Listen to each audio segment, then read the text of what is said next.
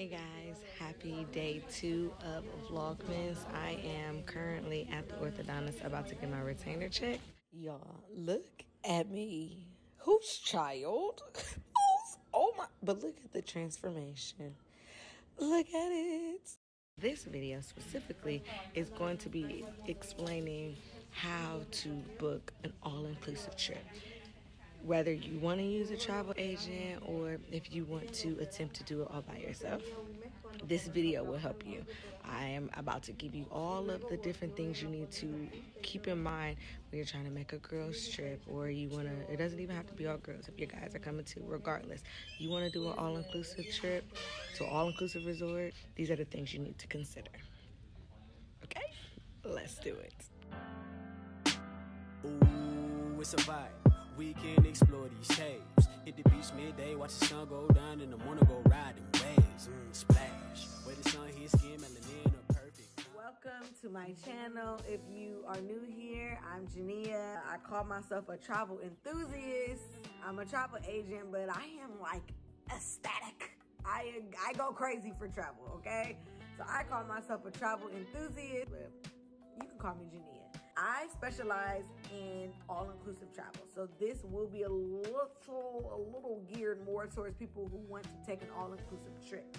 But this could definitely still work for people who are on cruises, even people who are traveling domestic. A lot of these things work. There's only one thing really that would be separate, which is the most important thing, which is your passport. So let's say, let me think, who I want to use today? Taylor. We're going to use Taylor, my friend Taylor, because she always traveling. Her birthday really is in February, and she calls it Taberary.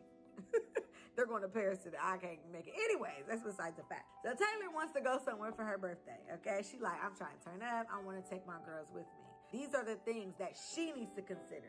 These are the things that you need to consider, that you need to have mustering up in your brain. You don't have these answers. That is okay.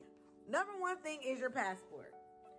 You cannot leave the country without your passport. You need your passport. Everybody needs their passport. And the passport does not come as quickly as a license will. People love to put off passports till they're about to leave, and then that's when things get messy. Well, guess what? We are living in a new day and age. We have a new normal right now where this whole COVID thing is happening. The pandemic thing is happening. So things are happening a little slower. So you want to get on that as soon as possible, okay? You want to book, you want to schedule an appointment. You want to get on it as soon as possible, because I'm here to tell you there's a secret. There are a lot of travel agents who won't even help people who want to go out the country who don't have their passports yet. They're like, I can't assist you. Get your passport and circle back with me. I can't do that. I can't get my mind to wrap around and say, no, you can't. I'm just going to be hounding you like, please, please, please, get it, get it. Make sure that it's not expired. You need to determine this and have this conversation with the people who are traveling with you as soon as possible, okay? Because we'll get into this in a second. Your price is based upon when you're staying at all-inclusive resort, and I guess on a cruise too, in a hotel room. Your price is based upon how many people are going. So if there's 3 of us going, that's different than if there was if there's 3 of us in a room, that's different than if there were 2 people in a room, okay? And if those 3 people are going and only 2 of them have a passport, and the 3rd person waited until a week before y'all left to apply for this passport, then it goes down to 2 people in a room. Which now means that these people who are still going are going to have to pay a difference. And guess who's going to be super angry at you? Your friends who are still going, and they're probably still going to make you pay. That's between you and your people, okay? But that's why you need to know. Not only do you need to know who's going, you need to know who has their passport, who can get their passport, who can afford their passport, and who can get it quickly. Because maybe you need to push the trip back a little bit to make sure everybody's getting their passport. But that is the number one thing. You need to ask that before you even say, do you want to go on a trip with me? You need to say, you got your passport? Send out a text. Before you be like, hey, I'm trying to go on a trip for my birthday. I want you to come. Send an individual text to everybody who wants to go. Say, you got your passport? Okay, when does it expire? And then you dive in and let them know all the magnificent things that you have in store for your birthday or whatever you're going to go do. Okay, your passport. So number one thing is so important. It's so important. It's so important. It's so important. It's so important. Okay, next. the amount of people. Again, it is based upon, we're talking all-inclusive travel. Your room is based upon how many people are in there. Some resorts charge a single occupancy. If it's only one person in there, they might end up upcharging you because you taking that room off out of their, out of their pool of rooms for other people to stay in, and there's only one of you staying in there. Not all resorts have doing it, and especially due to with COVID going on, a lot of resorts haven't been doing that. But again, it all is based upon how many people are in your room. 4 people is the best amount, 4 to 3 people, because some resorts don't allow 4 people in a room. But almost, basically, the more people in the room, the better. But also remember, you're not going to be in your room that much. The only thing you're going to be in your room for is to sleep at night, to take a nap during the day, if that's what you like to do. Or number 3, changing your clothes. Like, I had a client one time ask me, they said that their boo was going to bring his Xbox. So you're going to be sitting in your room playing the Xbox while you got all these restaurants, all these pools, all these activities going on in a resort that you paid for, and you're going to be sitting in your room? Don't do that.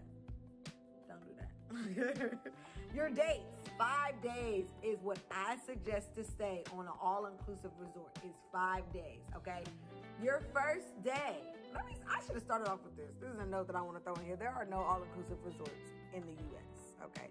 There are some that claim to be, but they're either really expensive or they're not a true all-inclusive. All-inclusive is everything included. I get on that resort and I don't have to pay for anything. There's enough food. It's unlimited drinks. It's unlimited food. They say that there's some places here that have, like, you get free breakfast and then you get to go to lunch or something. But it's like, at a true all-inclusive resort, there are at least 3-4 restaurants, at least minimum, on that property to where you can eat at these different places and you're not paying for anything, okay?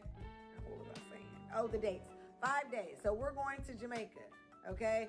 This first day is going to be full of travel, okay? If you can get you a nonstop flight, kudos to you. But you're going to be in somebody's airport for a decent amount of time, or in the air for a decent amount of time during that day. So you're not going to be waking up. Basically, you're not going to be waking up on that resort. The last day, you'll wake up on the resort, but you're not going to be going to sleep on the resort. So those first 2 days, that first day and that last day is travel. You'll still get to be able to enjoy the resort at some capacity. When you're going to the resort, I suggest you leaving. If I'm from Ohio, I need to leave Ohio at what's the first flight out so I can get to the resort and enjoy myself. Leaving. Try to do midday. I wouldn't say too late, but like midday, so you can wake up, get some breakfast. My aunt, she goes and she lays out on the beach for just a little bit more time before she changes her clothes and then goes to the resort. Okay, goes to the airport, which means you have 3 full days to enjoy yourself. You might be somebody who likes to do an excursion, so that's going to be on one day. Then you only have 2 days to enjoy yourself. Maybe we'll do another excursion. So just think about the time that you want to spend on the resort. 7 days, if you can stretch it, is great. A lot of people, that's too much time. Because remember, let's do 7 days. That first day is going to be strictly travel. The last day is going to be strictly travel. So that's 5 days that you get to enjoy. That's great. That's 5 days you can enjoy on the resort. You can go do plenty of excursions. You can do plenty of stuff that amount of time. But you don't have to do that. 5 is the perfect amount of time. 3, I do not suggest doing 3. 3, the first is a full day of travel. The last is full of travel. So that means you have 1 day, okay? I say 5. 5. When I say 5, I mean 5 days. So that means 4 nights. And then when I say 3 nights, 5 days. 5 days equals 4 nights. 3 days equals 2 nights, okay? Okay, so 5 days, 4 nights. 3 days, 2 nights. It's only 2 nights. So that means you get there that day. That's the first night you go to sleep. You wake up the next day, you get a full day. Then you go to sleep. That next day you leave it. That's 1 full day at the resort. Don't do it. I only say that because that's too much money. Like, if that's all you can do, I understand time-wise. So anyways, with all that being said, try to have this. These are conversations that you should be having with the people who are going with you if you want them to help. They're not helping.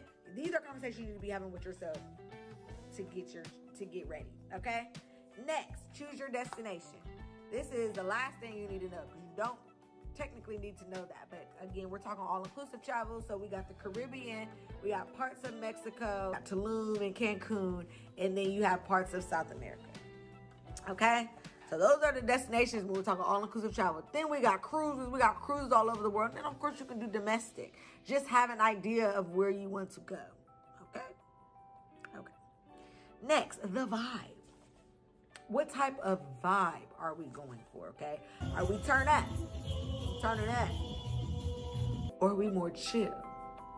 And anytime I ask that question, 9 times out of 10, they're going to say both. I've gotten that so much. Both? Okay, well, which one do you want more?